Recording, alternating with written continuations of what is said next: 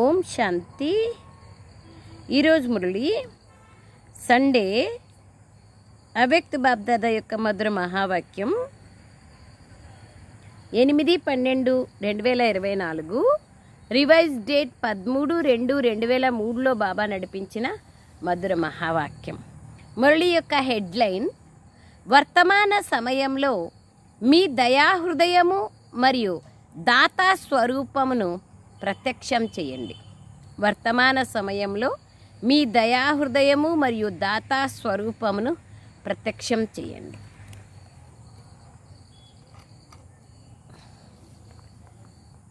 ఈరోజు వరదాత బాబా తమ జ్ఞానదాతలు, శక్తిదాతలు, గుణదాతలు, పరమాత్మ సందేశ వాహకులు అయిన పిల్లలను చూస్తున్నారు. బాబాని కూడా మనం ఇంత మహిమ చేయమేమో, బాబా మనల్ని చేసేంత. బాబా ఏమంటున్నారు చూడండి. ఈరోజు వరదాత బాబా తమ జ్ఞానదాతలు, శక్తిదాతలు, గుణదాతలు మరియు పరమాత్మ సందేశ వాహకులు అయిన పిల్లలను చూస్తున్నారు. పిల్లలు ప్రతి ఒక్కరూ మాస్టర్ దాతగా అయ్యి ఆత్మలను బాబాకు సమీపంగా తీసుకొచ్చేందుకు మనస్ఫూర్తిగా ప్రయత్నం చేస్తున్నారు. ఏమంటున్నారు బాబా? పిల్లలు ప్రతి ఒక్కరూ మాస్టర్ దాతలుగా అయి బాబాకు సమీపంగా అందరినీ తీసుకొచ్చేందుకు మనస్ఫూర్తిగా ప్రయత్నం చేస్తున్నారు. బాబా అంటున్నారు, విశ్వంలో అనేక రకాలైన ఆత్మలు ఉన్నారు. కొంతమంది ఆత్మలకు జ్ఞానామృతం కావాలి, ఇంకొంతమంది ఆత్మలకు శక్తి కావాలి, కొంతమందికి గుణాలు కావాలి. పిల్లలైన మీ వద్ద అన్ని ఖజానాలు అఖండంగా ఉన్నాయి. ప్రతి ఒక్క ఆత్మ యొక్క కోరికను పూర్తి చేసేవారు మీరు. ఎంత బ్యూటిఫుల్గా ఉంది! ఒక్కొక్క సెంటెన్స్, ఒక్కొక్క శబ్దం చాలా డీప్గా ఉంది. మీరు రోజు రోజుకు సమయం సమాప్తి సమీపంగా వస్తున్న కారణంగా ఇప్పుడు ఆత్మలు ఏదైనా కొత్త ఆధారాన్ని వెతుక్కుంటున్నారు. మీరు ఆ కొత్త ఆధారమునిచ్చేందుకు నిమిత్తులుగా అయ్యారు. బాబ్దాదా పిల్లల ఉల్లాస ఉత్సాహాలను చూసి సంతోషిస్తున్నారు. బాబ్దాదా పిల్లల ఉల్లాస ఉత్సాహాలను చూసి సంతోషిస్తున్నారు. ఒకవైపు అవసరం ఉంది, మరొక వైపు ఉల్లాస ఉత్సాహాలు ఉన్నాయి. అవసరమైన సమయంలో ఇచ్చే ఒక్కొక్క బిందువుకి కూడా చాలా మహత్వం ఉంటుంది. ఆకలైతాంది, అలాంటి సమయంలో గంజి ఇచ్చినా కూడా చాలా దానికి వాల్యూ ఉంటుంది. దప్పికైతుంది, ఒక అర్ధ గ్లాస్ వాటర్ ఇచ్చినా కూడా దానికి వాల్యూ ఉంటుంది. అందుకై బాబా అంటున్నారు, అవసరమైన సమయంలో ఇచ్చే ఒక్క బిందువుకు కూడా మహత్వం ఉంటుంది. కనుక ఈ సమయంలో మీరిచ్చే కానుకకు, సందేశానికి కూడా మహత్వం ఉంది. వర్తమాన సమయం పిల్లలందరి దయాహృదయము మరియు దాతా స్వరూపము ప్రత్యక్షమయ్యే సమయం.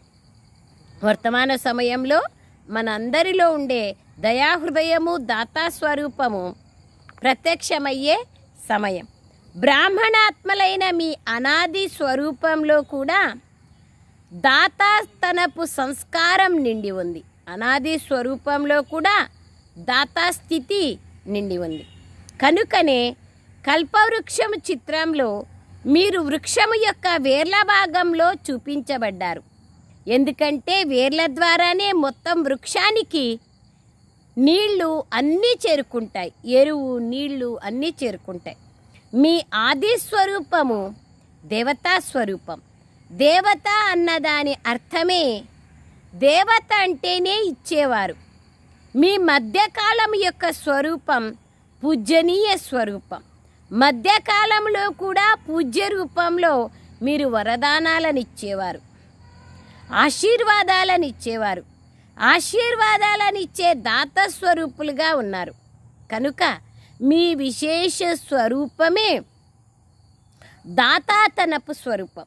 కనుక ఇప్పుడు కూడా పరమాత్మ సందేశ వాహకులుగా అయ్యి విశ్వంలో బాబా యొక్క ప్రత్యక్షత సందేశాన్ని వ్యాపింపచేస్తున్నారు.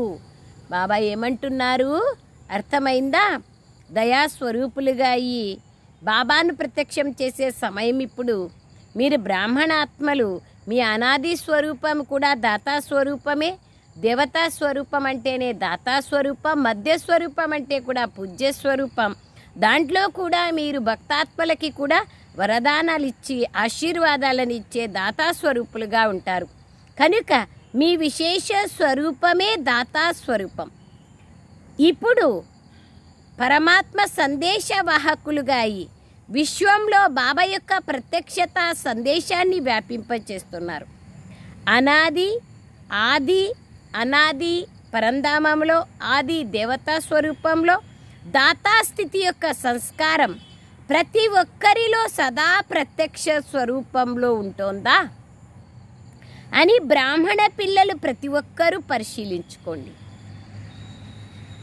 దాతా స్వరూపం నా ఒరిజినల్ స్థితియే దాత. మరి అందరికీ దాతగా దానం చేసేటువంటి స్వరూపం మీ యొక్క స్వరూపంలో ఉందా అని పరిశీలన చేసుకోండి. దాతా స్వరూపం యొక్క సంస్కారం కలవారి గుర్తులు బాబా ఎంత బ్యూటిఫుల్గా చెప్తున్నారు. ఒక్కొక్క శబ్దం అర్థం చేసుకోండి.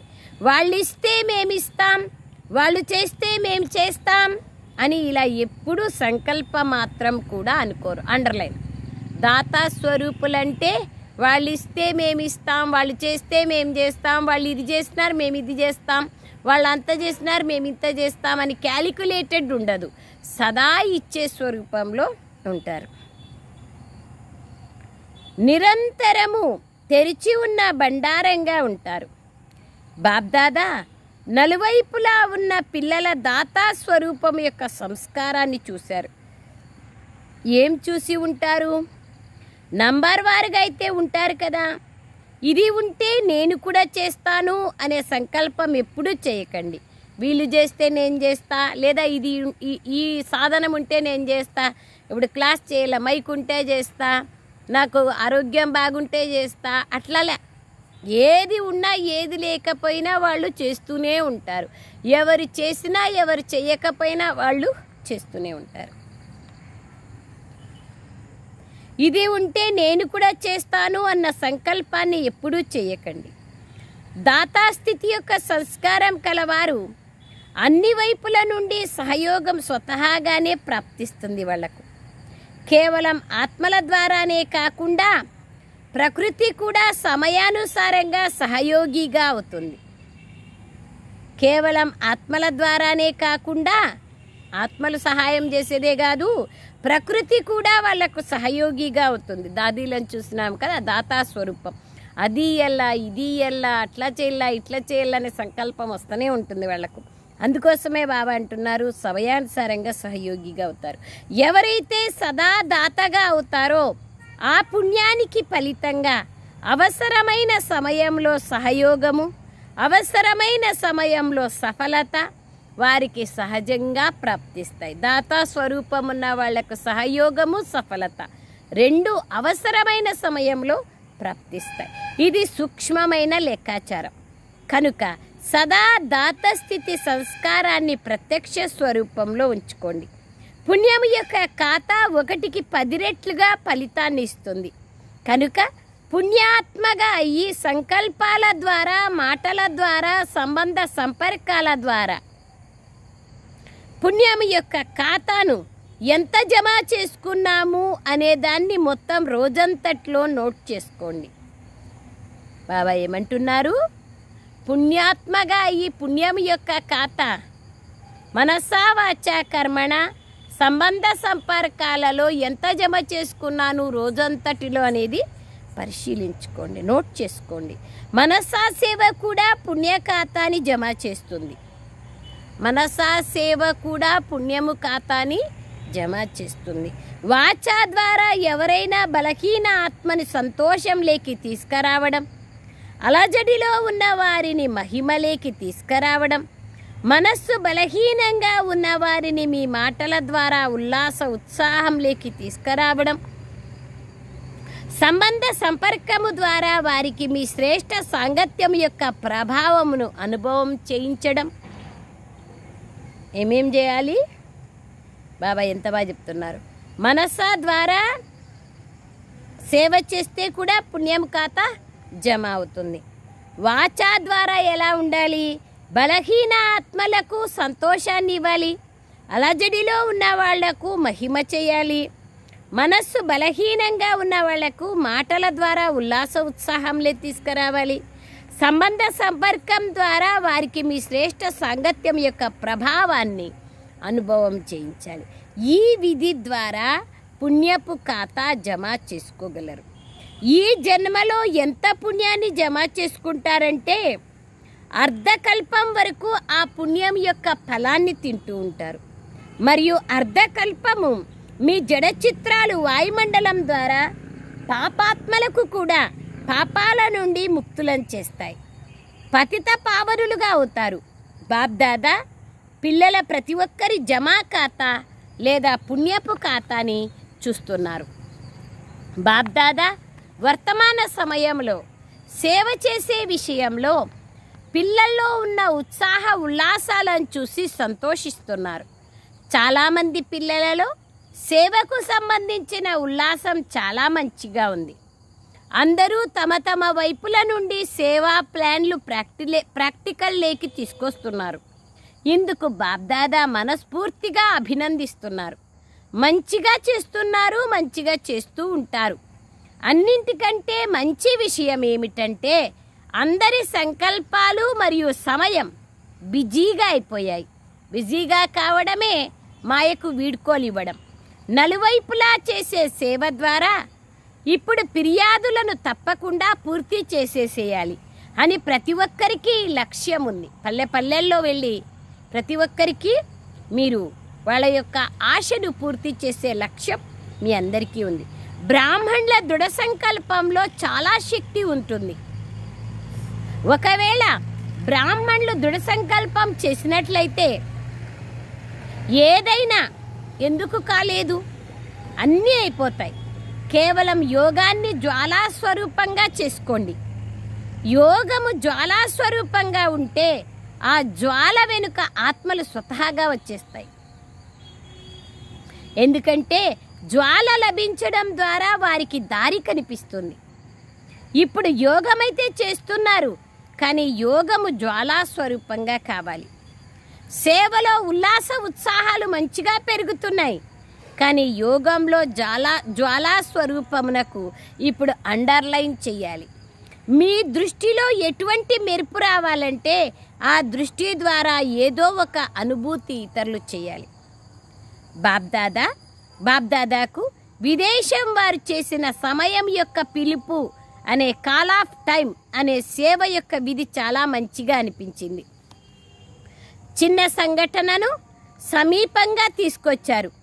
ప్రతి జోను, ప్రతి సెంటర్ వారు వేరు సేవలనైతే చేస్తున్నారు, కానీ అన్ని వర్గాల సంఘటనను తయారు చేయండి. చెల్లాచెదరై ఉన్న సేవ చాలా ఉంది అని బాబ్దాదా చెప్తున్నారు. కానీ చెల్లాచెదురుగా వ్యాపించి ఉన్న సేవ ద్వారా సమీపంగా వచ్చే యోగ్య ఆత్మల సంఘటనను పెంచుకోండి. అన్ని వర్గాల సంఘటనను తయారు చేయండి. చెల్లాచెదురై ఉన్న సేవ చాలా ఉంది. ఇప్పుడు విశేషంగా సంఘటనను పెంచుకోండి. సంఘటనను సమీపంగా తీసుకురండి. ఇంపార్టెంట్. ఎంత బాగుంది తీసుకురండి. మరియు వారిలో సేవ ఉల్లాసాన్ని పెంచండి.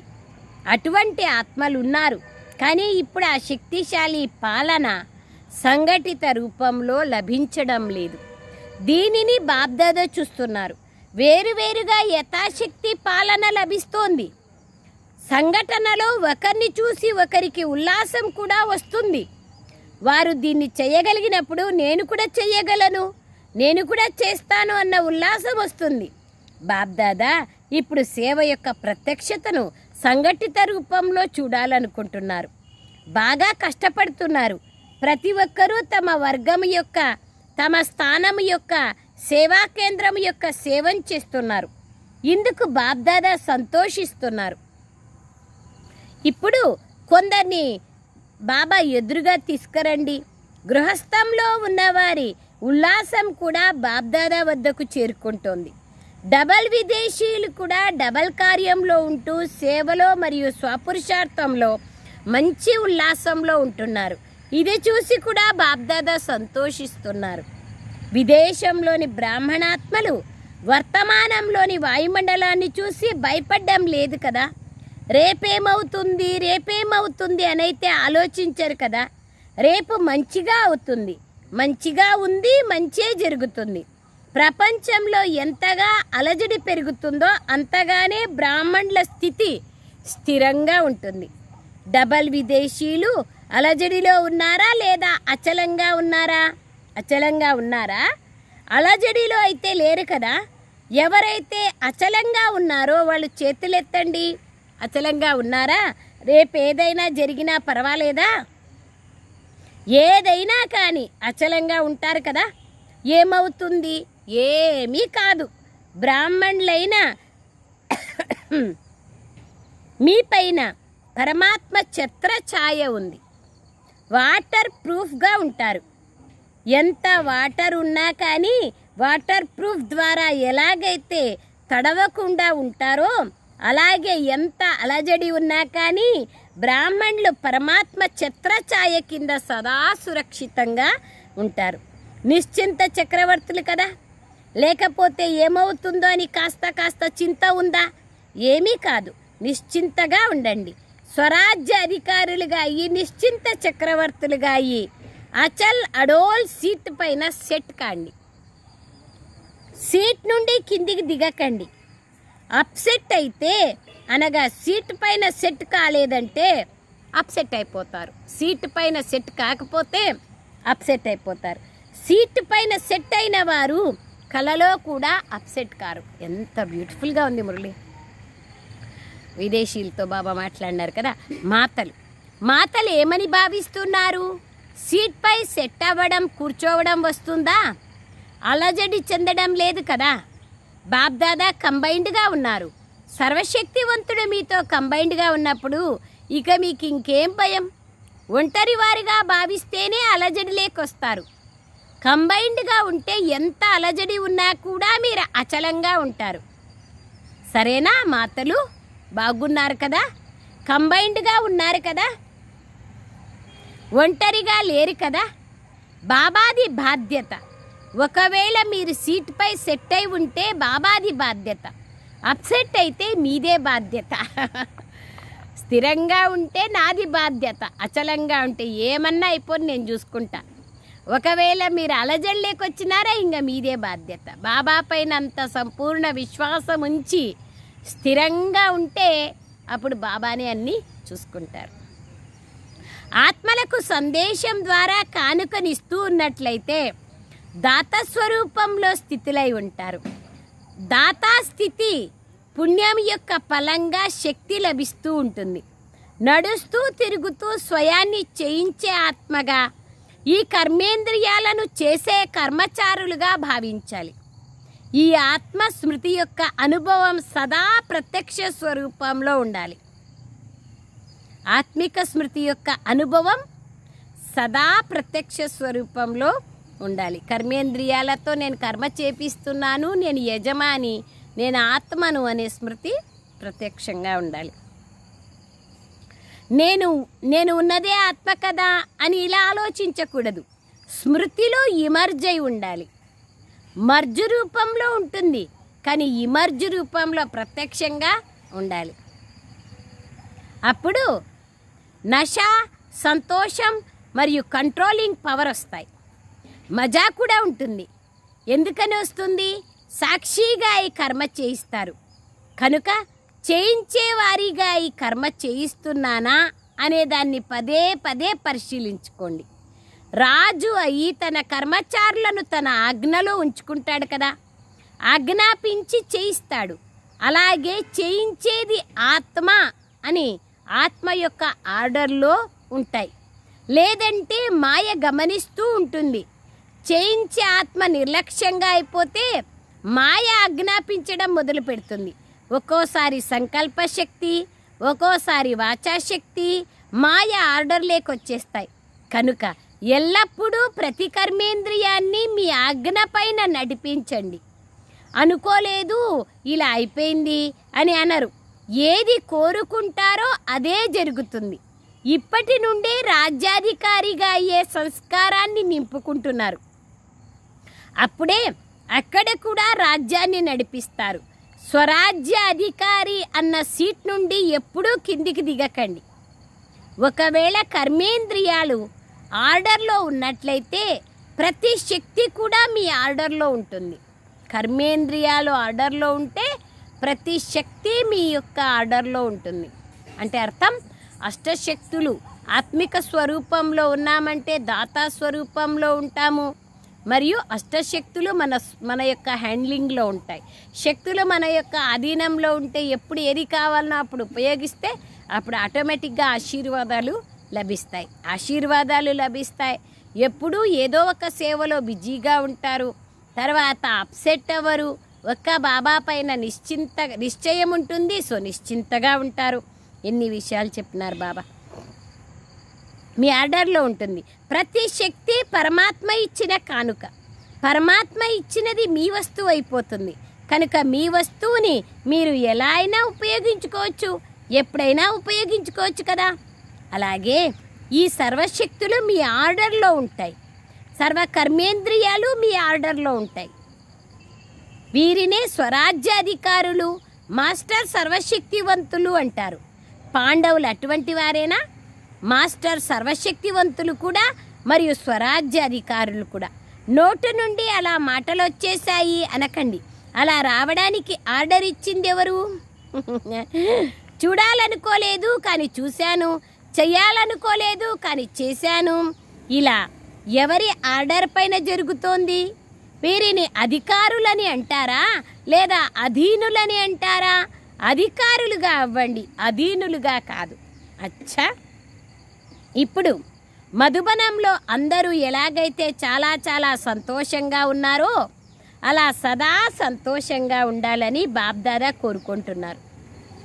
చూడండి, నలువైపులా చూడండి. అందరూ వికసించిన ఆత్మిక గులాబీలుగా ఉన్నారు.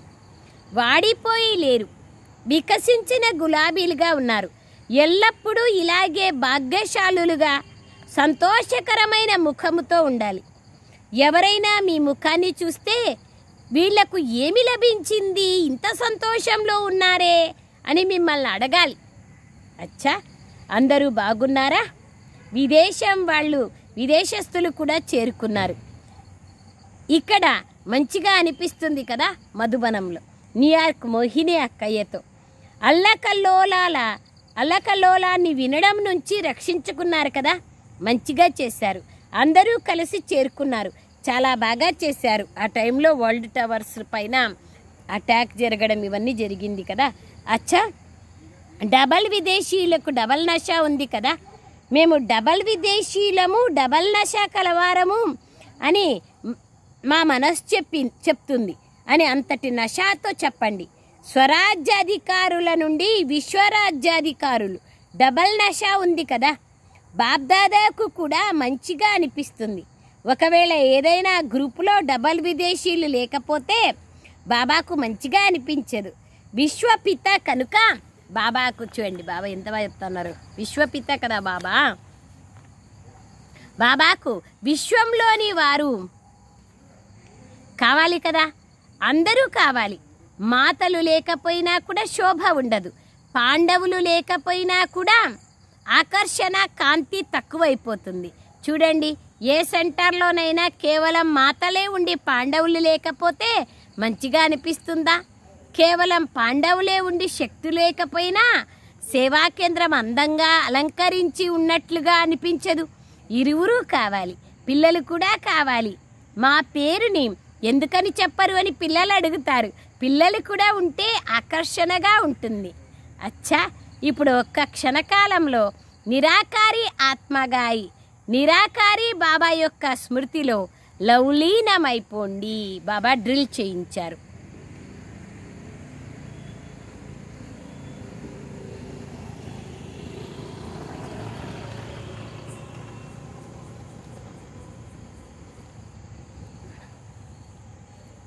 నలువైపులా ఉన్న సర్వ స్వరాజ్యాధికారులకు సదా సాక్షి స్థితి సీటులో సెట్ అయి ఉండే అచల్ అడోలాత్మలకు, సదా దాతాస్థితి ద్వారా సర్వులకు జ్ఞానము, శక్తులు, గుణాలనిచ్చే దయాహృదయులకు, సదా తమ ముఖము ద్వారా బాబా చిత్రాన్ని చూపించే శ్రేష్టాత్మలకు, సదా భాగ్యశాలులకు, సంతోషంగా ఉండే ఆత్మిక గులాబీలకు, ఆత్మిక గులాబీ పిల్లలకు బాబ్దాదా గారి ప్రియ స్మృతులు మరియు నమస్తే. హమ్ रूहानी बच्चों की रूहानी माता पिता बाप दादा को याद प्यार गुड मॉर्निंग और नमस्ते नमस्ते नमस्ते बाबा नमस्ते. Thank you Baba, thank you. వరదానం దాదీలతో కలిసినారు, చదువుకోండి. వరదానం: కర్మయోగులుగా ఈ ప్రతి సంకల్పము, మాట, కర్మను శ్రేష్టంగా తయారు చేసుకునే నిరంతర యోగిగా కండి. కర్మయోగులుగా ఈ ప్రతి సంకల్పాన్ని, మాటను, కర్మను శ్రేష్టంగా చేసుకునే నిరంతర యోగులుగా కండి. వివరణ: కర్మయోగి ఆత్మల ప్రతి కర్మ యోగయుక్తంగా, యుక్తియుక్తంగా ఉంటుంది. ఒకవేళ ఏ కర్మ అయినా యుక్తియుక్తంగా లేకుంటే యోగయుక్తులుగా లేరని భావించండి. ఒకవేళ సాధారణత లేదా వ్యర్థ కర్మలు జరుగుతున్నట్లయితే నిరంతర యోగి అని అన్నారు. సో కర్మయోగి అనగా ప్రతి క్షణము, ప్రతి సంకల్పము, ప్రతి మాట సదా శ్రేష్టంగా ఉండాలి.